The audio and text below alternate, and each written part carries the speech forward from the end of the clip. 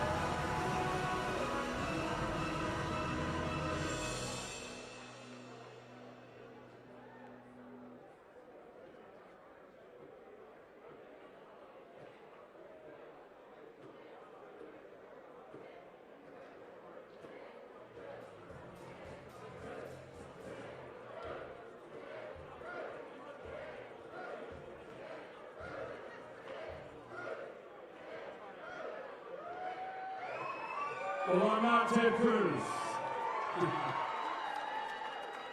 but I'm honored to be here with you good folks tonight, and I am excited about what's going to happen tomorrow. Because of people like you. Because of people like you. Thank you. I want to be very clear. We have some problems with the national media and the way they cover politics. But, I've said this for 13 years and I'm going to stick to it. I served for 6 years in elected office here. We have a good local media and they are here tonight and they're going to share this message with the people of this community.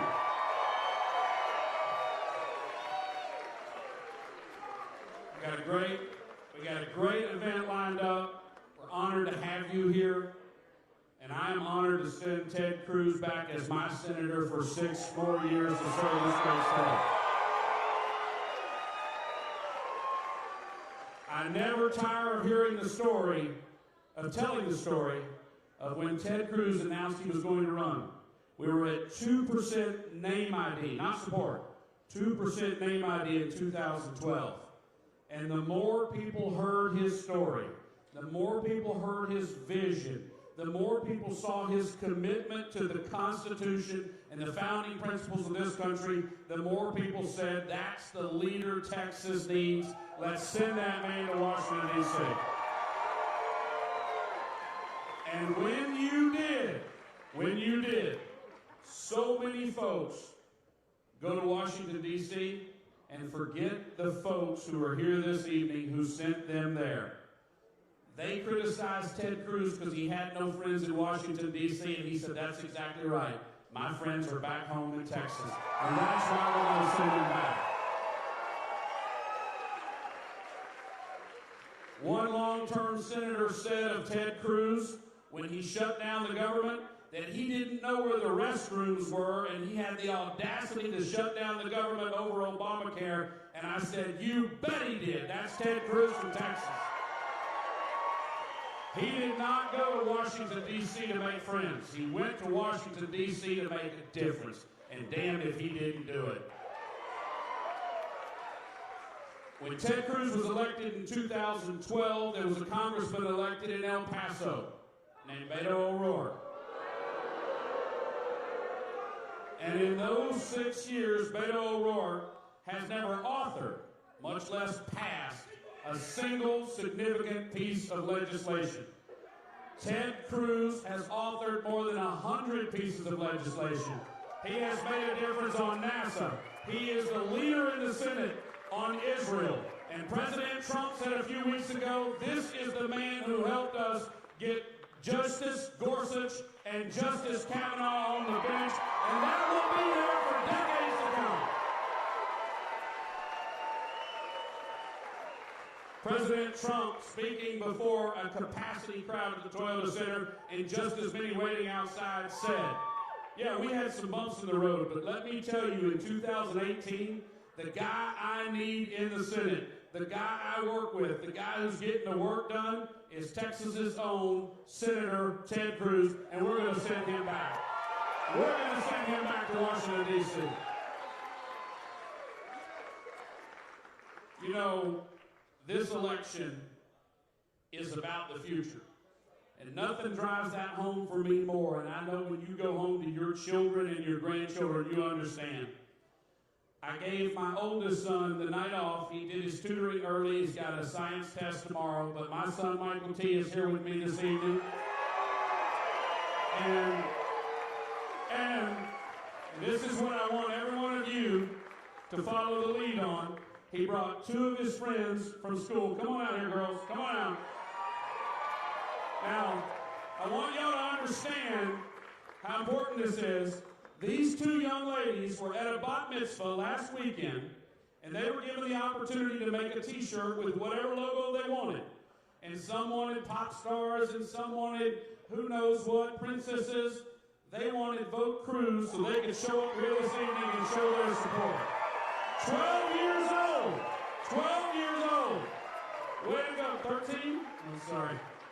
13, man. 13. Have I embarrassed you? Sorry. Okay, they're 13. How would I ever get that wrong? Sorry, ladies. We're honored to have them here this evening. We're honored to have all of you here this evening. I'm going to have you right now welcome to the stage Tristan Wathen and Leo Gonzalez. Where are you, kids? Come on out. Leo is going to lead us in the Pledge of Allegiance, and Tristan is going to bring a little Texas flair for this evening.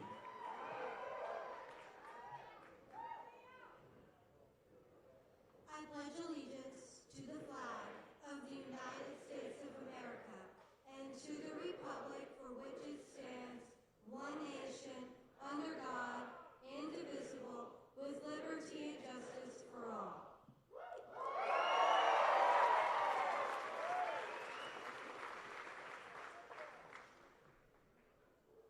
Honor the Texas flag. I pledge allegiance to the Texas, one state, under God, one and indivisible. Well done, boys. You stay here. You stay here. Who's excited? Are you excited after all? I'm here to tell you, I've been talking to pollsters in D.C. I've been talking to the number crunchers. I've been talking to folks who say this group's voting, that group's voting. Rural voters are up, urban voters are doing this and this. At the end of the day, they don't know. At the end of the day, the beauty is still what our forefathers fought for. And that is that you and I get to decide who we send to Washington, D.C. to make, or more importantly, repeal laws. And that makes me happy.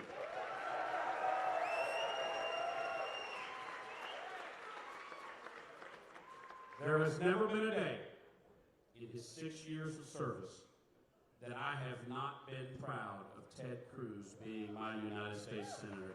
There were times where he was literally the only person standing and saying, stop, this government is out of control. He didn't go there to make friends.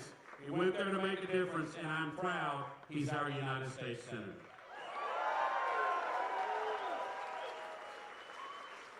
So tomorrow, I hope you will each gather some folks, get to the polls, because your votes matter. All right? Now, it is my absolute pleasure to introduce to you my childhood hero, Dan Pastorini. No, I'm just kidding. He is here. Wait, Dan. No, that is actually my childhood hero, Dan Pastorini, is here. He's a huge Ted Cruz fan. And my favorite story,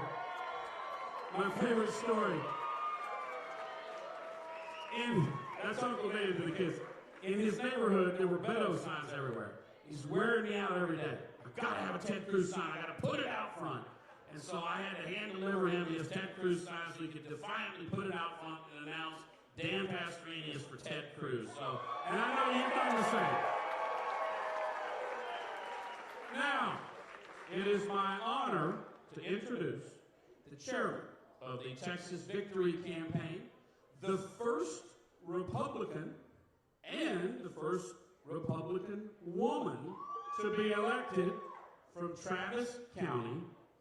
She's a doctor, she's a small business owner, she's a conservative, and she's working as hard as anybody to get Ted Cruz to be our senator for 6 more years. Please welcome to our stage, Senator Dawn Buckingham.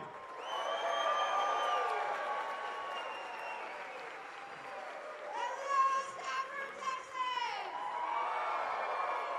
How's everybody doing tonight? I'm Dr. Dawn Buckingham. It is my pleasure to serve you in the Texas Senate as well as being your victory chair because it's my job to get the vote out to be sure all of our Republican friends get across that finish line tomorrow. So just a quick update. Victory Texas has directly contacted millions of voters by mail, on their phones, digitally, knocking on doors. Let's get out that vote, be sure people win. So who here is excited about what's going on with the Republicans in charge? Do you love having more money in your wallets with the tax cuts? And let's hear it for that record high GDP. And what do we think about that record low unemployment? So I want to know who in this room is going to vote. And are you going to get your friends to vote? And your coworkers to vote? And the people you like to vote? And the people you don't like but they vote the right way to vote? And are you going to vote for every Republican on that ballot from the top to the bottom? I love you guys. So it is my pleasure to now introduce to you one of your hometown boys, the Lieutenant Governor of the state of Texas, a man who was proud as the 2 most conservative sessions. Sorry, it's been a long day. 2 most conservative back-to-back sessions in Texas's history. And he's the only lieutenant governor to ever spend so much time and money campaigning to keep our Senate conservative. And with that, Lieutenant Governor Dan Patrick.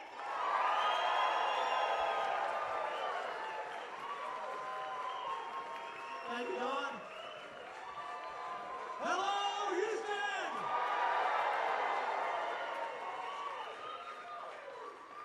Do you know who Beto is? He's the next Democrat running for statewide office that's going to go down and lose. That's who he is.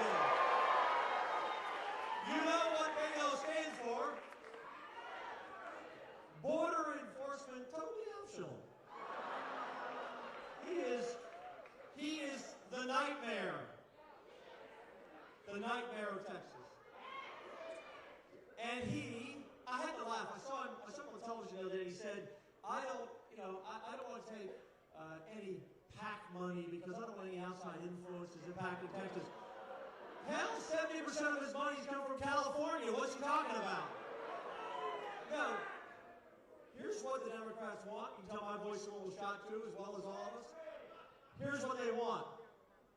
They want to turn Texas into California. Are we going to let that happen? One more time. Are we going to let the Democrats turn Texas into California? Not this election, not the next election, not ever.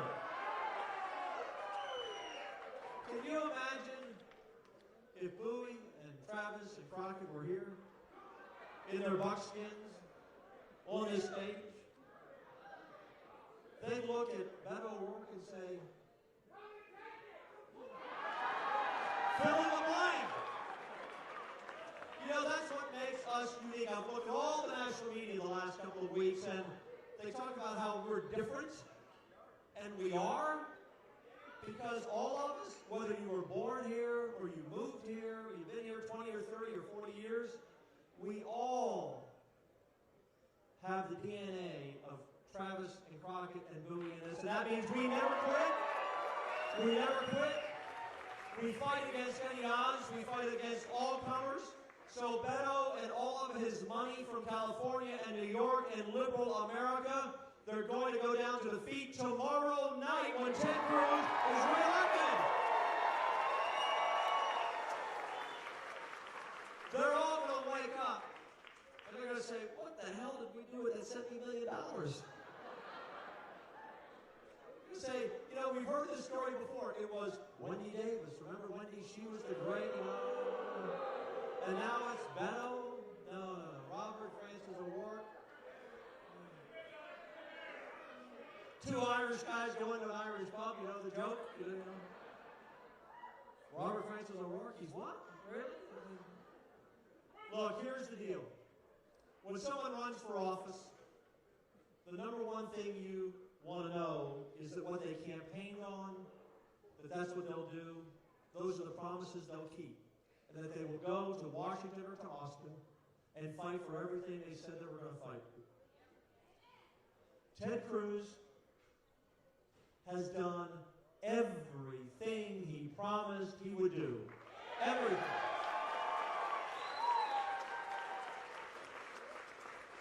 I remember when I went to the Senate in 2007, there were a lot of people in the establishment of our party who didn't like me standing up to change some things in our party. And when Ted went to Washington, he did not care what the establishment in our party said, because he was here in Washington representing you and the conservative principles and values of Texas and America. And he was proven right. And he fought the good fight. And he won on all of those issues. And he made those key conservative values and issues and public policy statements day after day, year after year, to where they have become part of who we are now as a country. He's a big part of what has happened. And I'm going to let him talk about all of the things that he has done helping President Trump in the last 2 years. They're great allies. And we stand now in America and a Texas that has never been greater at any time in terms of our employment, in terms of our economy, in terms of a strong military taking on the enemies of this country, and in terms of protecting this border. Ted Cruz, President Donald Trump, the conservatives in our party standing together to make us great and to make the rest of America look like Texas, because Ted Cruz knew when he went from Texas to America that that's what needed to happen. And America now looks like Texas, and that's why we are strong in this country. Let me tell you, as I introduced my friend, and we've worked so hard together on so many issues, and I campaigned for him nationally when I was the chair of his presidential campaign a couple of years ago. I trust our country and our state with Ted. He loves this country, he loves the Constitution, he loves each and every one of you. And I can't imagine him not being there, standing in the Senate, fighting for us and fighting for America. I know it's not going to happen. I know he's going to win, but I want to ask all of you one thing before you leave. First of all, I know probably everyone here has voted, right? Everyone's voted, right? Here's what you need to do. You need, and I'm serious about this, you need tomorrow to find 5, 6, 7 friends, family members that you know who maybe aren't as active as you are, but they're Republicans, who maybe sit back and say, oh, you know, they don't need my vote, they're going to win. We need every vote turned out. You know, we've already turned out it's the record-setting midterm elections. We've turned out a record number of votes. But the other side is angry, they're energized, and they're going to show up tomorrow. And so we want to show up tomorrow. So you've done your job, you supported Ted, you cast your vote. Tomorrow, tonight, reach out to every Republican person that you know and ask them if they voted. And if they haven't voted, then ask them to vote and call them in the morning and make sure they vote. Call them in the afternoon, make sure they voted. And if they haven't, get rid of the polls before 7 o'clock. Every vote is critical. This race is critical. And that's what you can do for our senator, our governor, for myself, for Attorney General Ken Paxton. We want to vote Republican straight ticket, and we want to send the Democrats and Beto O'Rourke packing tomorrow. Ladies and gentlemen, tomorrow night, the U.S. Senator for the great state of Texas will be announced, and the name will be Ted Cruz. Ted!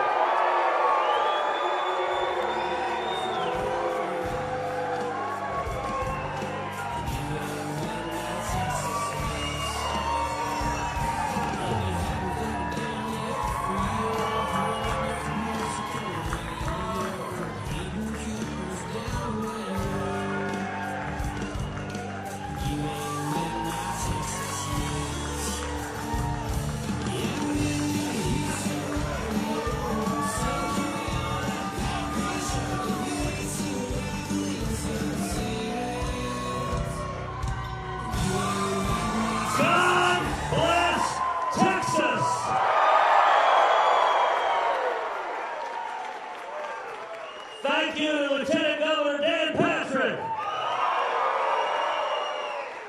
And thank you to your friend and my friend, Michael Berry.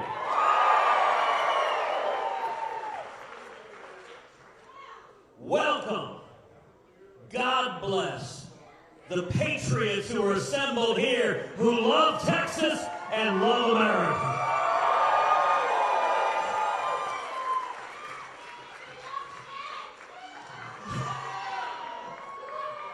I'm here tonight to celebrate prosperity, to celebrate strength, to celebrate hope and optimism and the future for the state of Texas, and to celebrate the enormous victories we have won for the people of the great state of Texas. For the last 2 years, we have seen victory after victory after victory, and we ain't done yet. We got a whole lot more work ahead. Tomorrow is election day.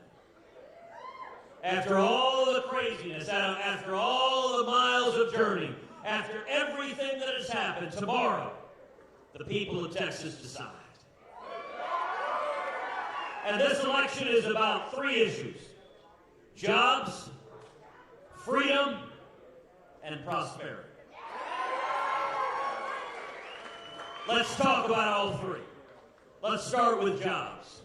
My #1 priority in the U.S. Senate is jobs. Jobs, jobs, jobs. Why is that? Because that is the top priority of the people of Texas all across this great state. We want more jobs, we want higher wages, we want more opportunity, and you know what? We're getting it right now.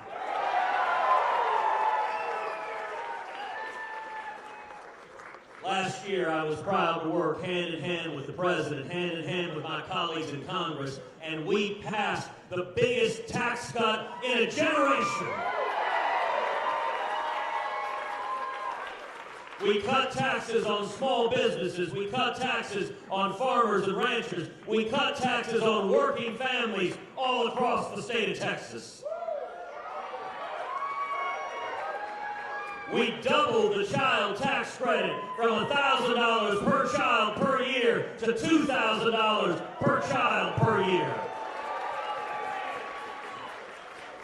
And then I've been proud to work hand in hand with the President and the administration to repeal job-killing regulations, regulations that were hammering the state of Texas, that were hammering oil and gas and farmers and ranchers and ag.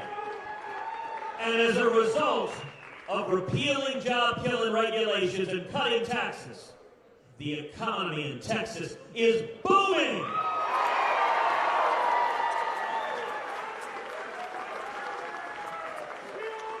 Right now in Texas, we are producing 33% more oil than we produced in 2016.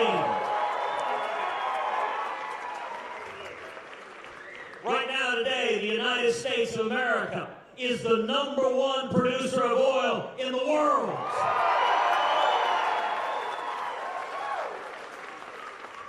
Nationally, our unemployment levels are at the lowest level in 49 years.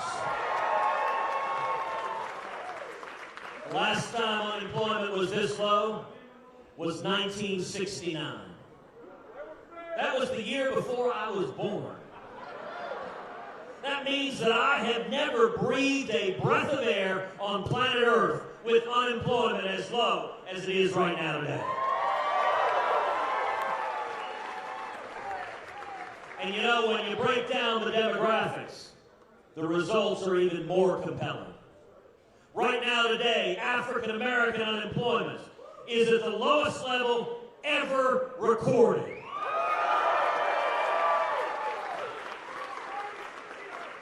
Hispanic unemployment is at the lowest level ever recorded.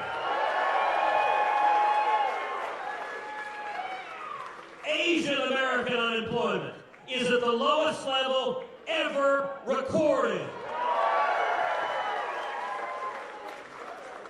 Unemployment for women is at the lowest level in 70 years.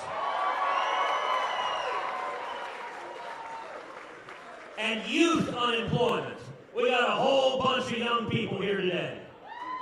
Youth unemployment is at the lowest level in 52 years.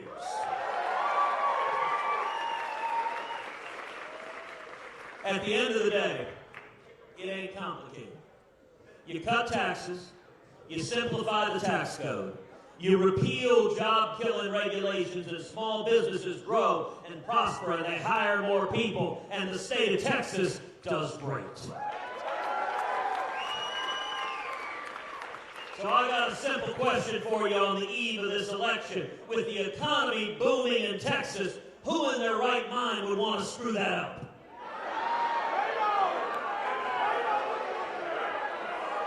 Well, speaking of Beto O'Rourke, every single thing I just said, he disagrees with. He wants higher taxes. On job-killing regulations, he wants more of them. And we know if you raise taxes and you jack up regulations, it'll kill jobs across the state of Texas.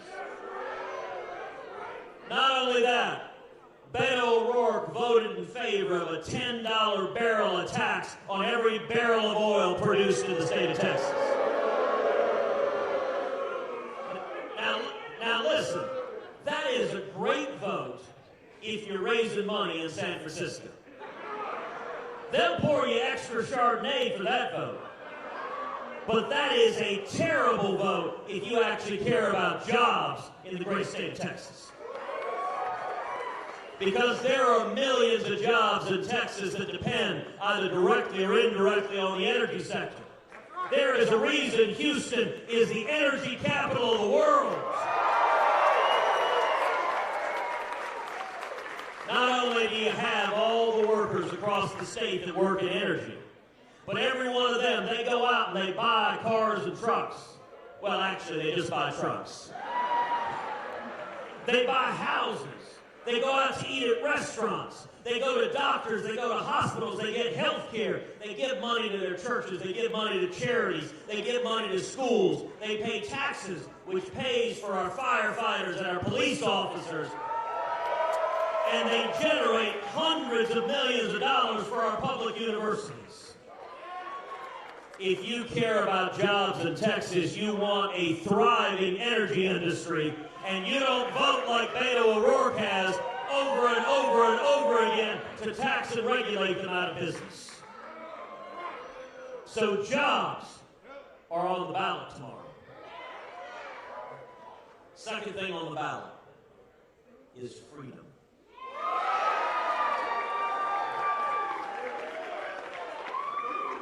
If there is one word,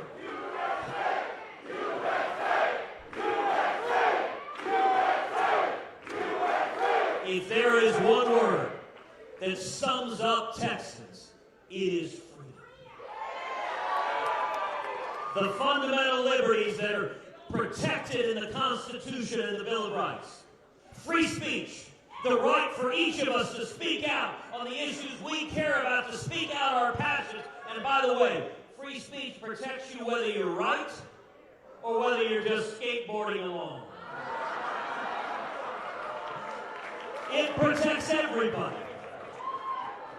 Religious liberty, the protection for all of us. We are a nation founded by people fleeing religious oppression and coming to a new land where every one of us could seek out and worship the Lord God Almighty with all of our heart, all of our mind, all of our soul.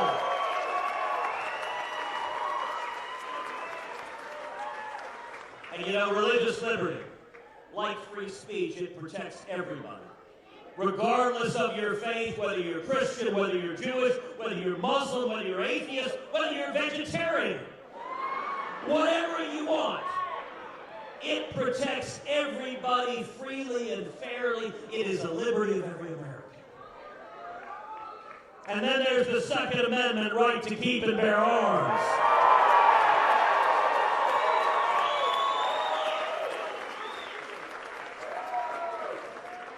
And you know, the people of Texas, we understand. The Second Amendment is not about hunting.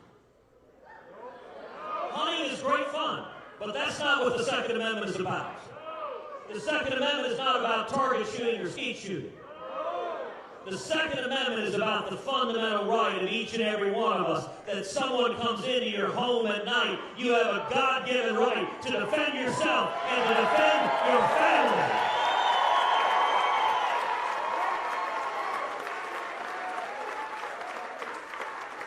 And I'll tell you, our Second Amendment freedoms are particularly powerful today.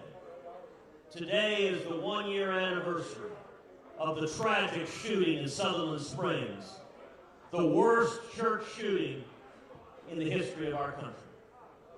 Now, I tell you, I was in Sutherland Springs the day after that shooting. I stood in that beautiful little sanctuary where a madman murdered men, women, and children. And as horrific as that was, the legacy of Sutherland Springs is not just the pain, it's not just the death, it's not just the evil.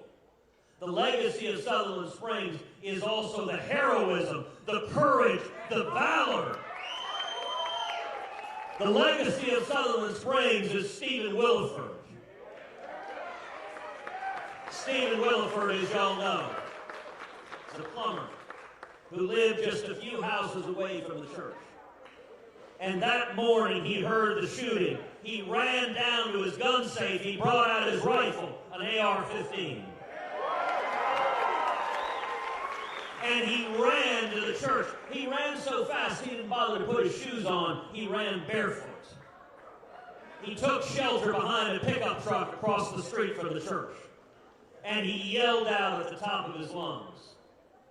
Inside the church, the gunman was executing people one at a time. He was preparing to shoot a young man when he heard Stephen yell. And the gunman stopped and he went outside. And he opened fire on Stephen Williford. Now, I stood behind that pickup truck. There are bullet holes along that pickup truck. There are bullet holes in the house behind me. But Stephen Williford engaged with the gunman. The gunman was wearing body armor. But Stephen Williford is an NRA rifle instructor.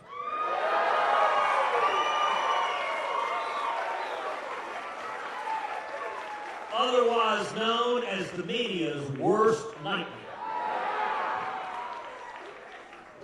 And Stephen put 2 rounds in the gunman, one in his leg and one in his side between the body armor plates. The gunman threw down his rifle, he jumped in the car, and he took off. At this point, a truck was coming around the corner, driven by a guy named Johnny. Now, Johnny and Stephen didn't know each other. So you got to picture this situation. Stephen Williford is a man in his 60s. He's got white hair, he's got a white beard. He's standing there barefoot, waving an AR-15. And he yells at a guy he doesn't know, "Hey, some guy just shut up the church." And what does Johnny say? "Get in, let's go get him."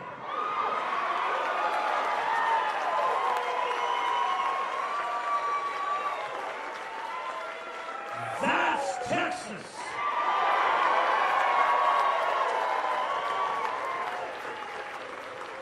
So Stephen and Johnny, they chase the gunman. They call 911. They're talking to law enforcement, telling them where the gunman is. Ultimately, the gunman pulls off the side of the road. He takes his own life with a handgun. Now, Stephen jumps out of the truck. He doesn't know that the gunman is dead. He just sees him slumped over in the car. So Stephen braces his rifle across the hood of that truck. By the way, both of the trucks, for whatever reason, were Dodge Rams. So he's aiming at the gunman. A couple of minutes later, the police officers arrive there. Police officers pull out a bullhorn. They yell, "Hey, you, throw down that gun and come down with your hands up." Now, Stephen's thinking, I don't want to get shot. So he puts his rifle down, he comes out with his hands up. Police officers yell, "No, not you! You pick the gun back up! We need the guy in the car!"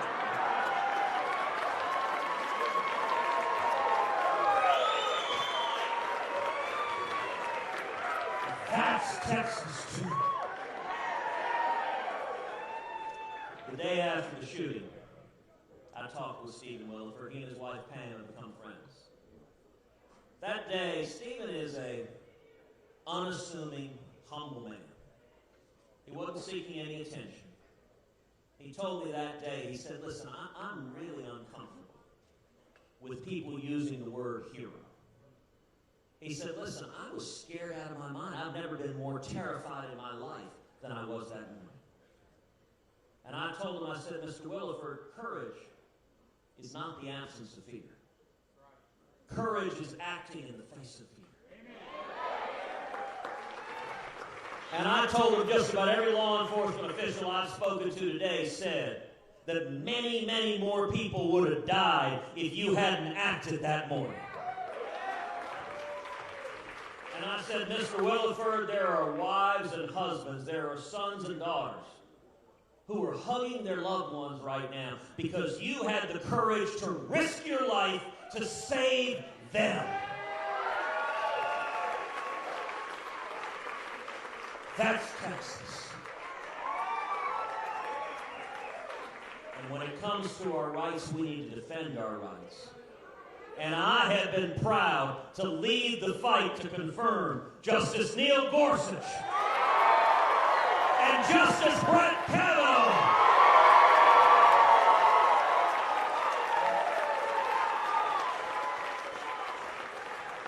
It is the courts that are at the crossroads between either upholding our rights or tearing them down. And I got to say, the behavior of Senate Democrats during the Kavanaugh confirmation hearings was disgraceful. We saw Senate Democrats, they had zero interest in fairness. They had zero interest in truth. They had zero interest in due process. Instead, they were willing to go into the gutter with one partisan objective over everything else, which was to smear Judge Kavanaugh and his family. And I think millions of Americans turned on the TV and were horrified by what they saw and said, that has no business happening in the United States Senate.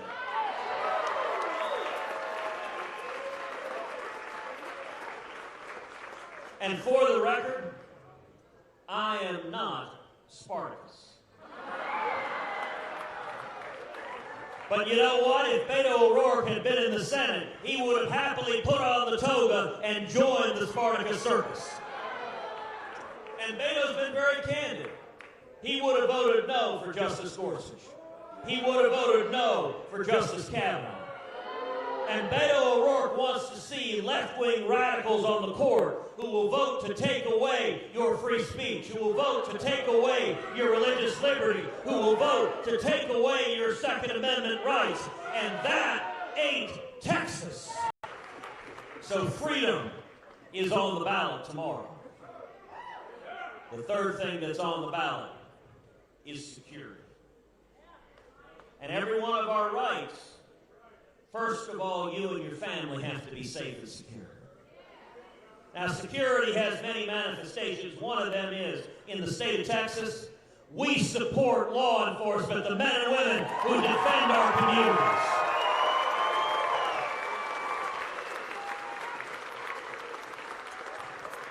We understand it is a tough job to be a member of law enforcement. And every morning, police officers, they wake up.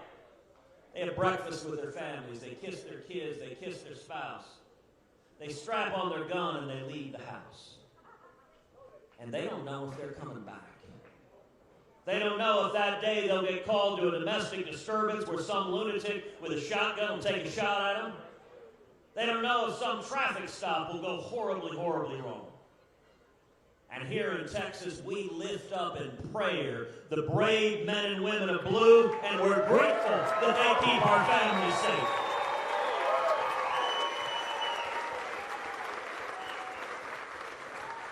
And in Texas, we support the military. We support our soldiers and sailors and airmen and Marines and Coast Guardsmen. And we support our veterans.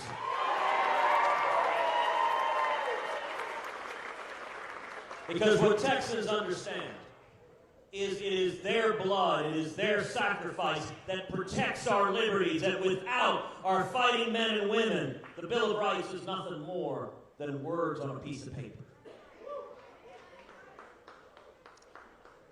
For 8 years under Barack Obama, we saw the military weaken. We saw readiness undermined. When you want to talk about victories for the people of Texas, we are right now in the middle of the biggest military rebuild since Ronald Reagan.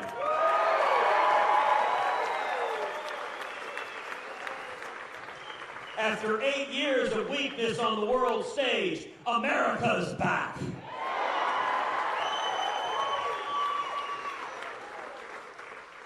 Under Barack Obama, our friends and allies didn't trust us, and our enemies didn't fear us.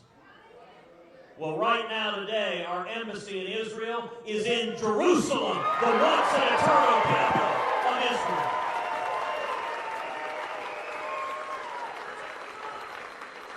I urged the president to move our embassy to Jerusalem, and President Trump made the bold and courageous decision, and he moved the embassy. And the day the embassy opened, I was there on the ground in Jerusalem.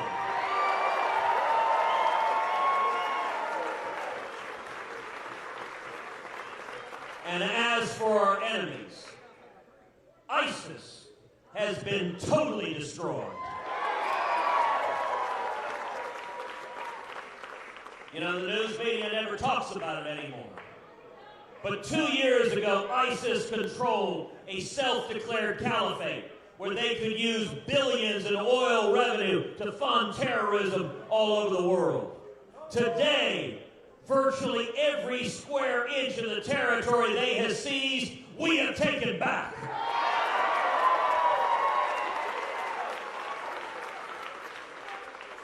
And Iran, the Ayatollah Khamenei, just a few years ago, we were horrified at the image of 11 American sailors on their knees with guns to the backs of their head while Barack Obama and John Kerry wrung their hands, unsure of what to do. Well, today, it is the Iranian economy that is on its knees. And the president made the right decision to pull out of the disastrous Obama-Iranian nuclear deal.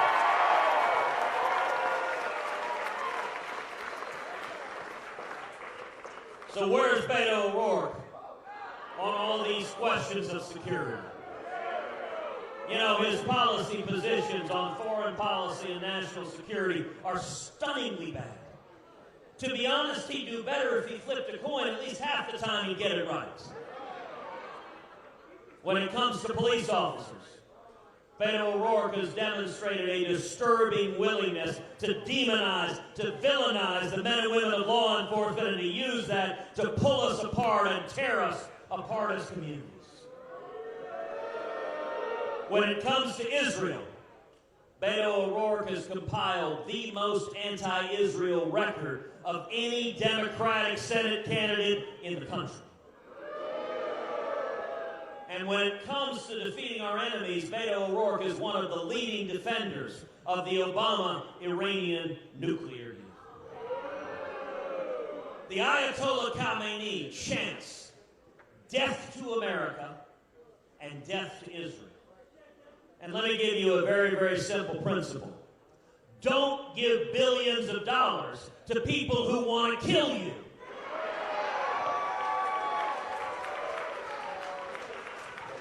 And let me tell you, that same weakness when it comes to security abroad, we also see with regards to security at home and immigration.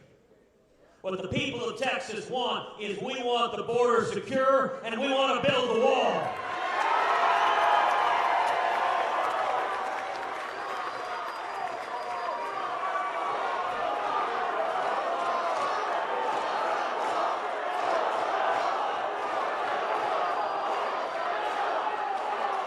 But you know, it's not just a wall.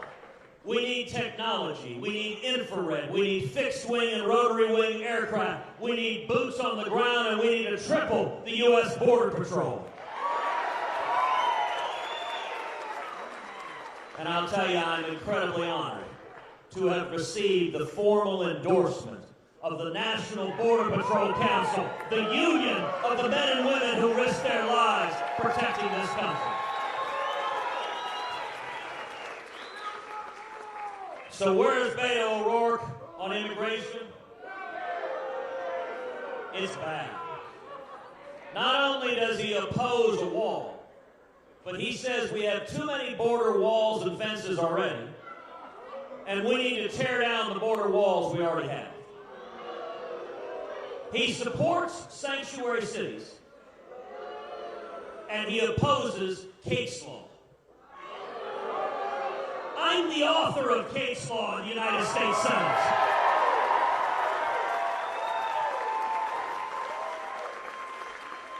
And Beto O'Rourke has said he is, quote, open to, now these are his words, not mine. He is, quote, open to abolishing ICE. Now, when he got pressed on that, he doubled down. He said, well, maybe we shouldn't just abolish ICE. Maybe we should abolish the entire Department of Homeland Security. Listen, that is radical, that is reckless, and that's not Texas. And you know, sometimes our friends with the TV cameras, they like to characterize those of us who want to secure the border and stop illegal immigration as somehow being anti-immigrant. Nothing could be further from the truth, but there is a right way to come to this country, and that is following the rules, standing in line, and coming here legally.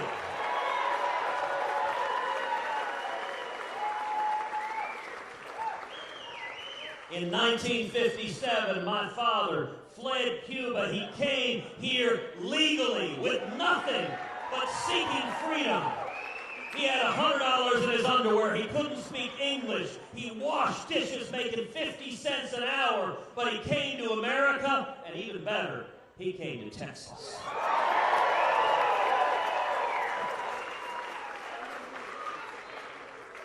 You know, there's a joke making the rounds on the internet about this so-called caravan in Mexico.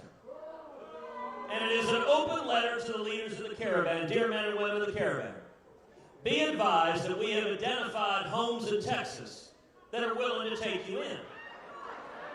Each of these homes is willing to give you free housing, free food, free health care, and don't worry, you'll never have to work a day in your life for it. And each of these homes have helpfully self-identified with a little black and white sign that says Bethel.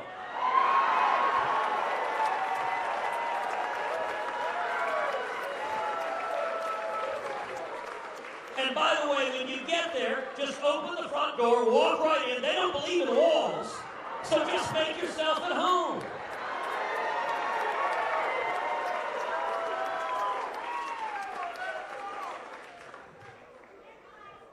The election is tomorrow. We know that the hard left, they're energized. They're angry.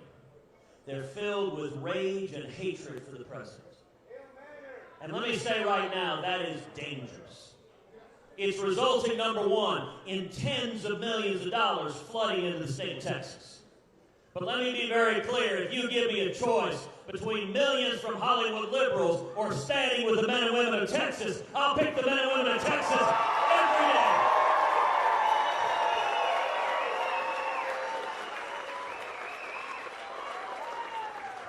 But it also means that we're going to see record-setting Democratic turnout.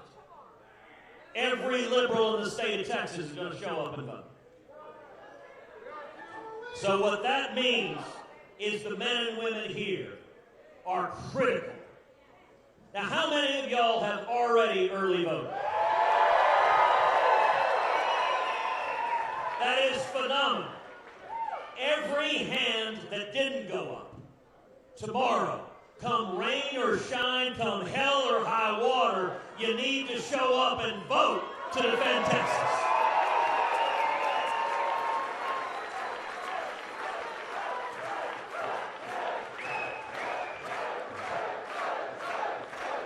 But I want to ask everyone here, whether you voted or not, whether you're voting tomorrow or you've already voted, I want to ask everyone here to find 5 people that you can turn out tomorrow.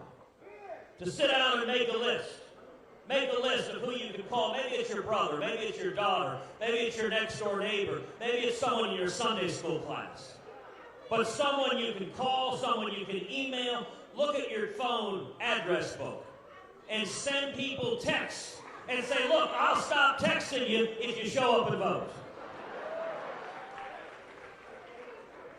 I want to close with 2 words of encouragement. Number 1, this tonight is the 50th town hall or rally we've done in the last 6 months. 6 weeks.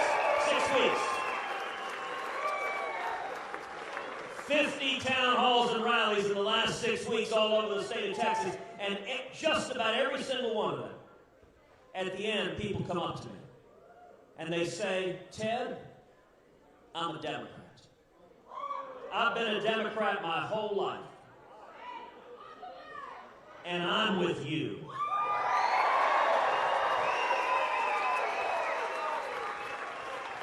Walk away is real.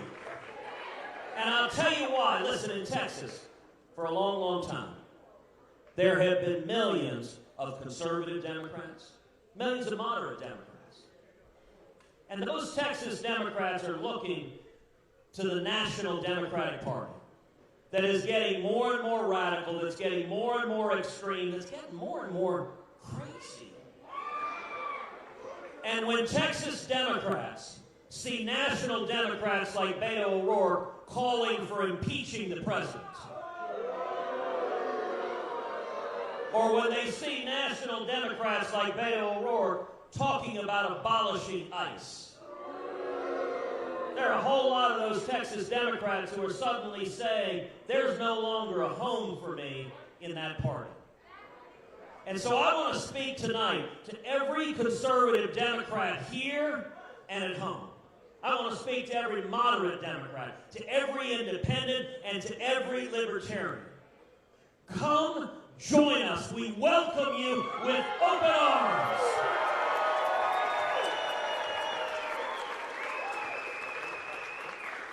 If you are fed up with the anger, with the bitterness, with the hatred, with the rage, then come together as Texans and let's join a common sense supermajority across the state of Texas.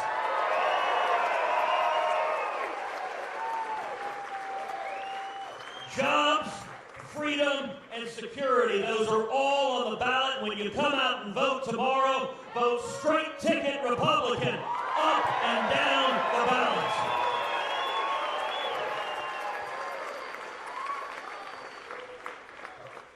And number two, we are going to win this race.